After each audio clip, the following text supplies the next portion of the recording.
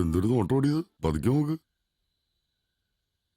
ഇതൊന്നും അത്ര ശരിയായ കാര്യമല്ല ഉണ്ണേട്ടാ. നീ ഒന്ന് പെടക്കാതിരിക്കന്റെ മോളെ. ഇവരാരും ഉണ്ണേട്ടന്റെ സിനിമ ചെയ്യാൻ പോണില്ല. എന്നിട്ട് ഓരോരുത്തരെ സഹായിച്ചോണ്ട് നിൽക്കും. സിനിമ ചെയ്യുമെന്ന് കരുതിയിട്ടൊന്നുമല്ല. ചില പ്രത്യേക സാഹചര്യങ്ങളിൽ നമ്മളങ്ങനെ ചെയ്യേണ്ടി വരും. അതിന് മാത്രമുള്ള സ്ഥിര വരുമാനം ഉണ്ണിയേട്ടനുണ്ടോ?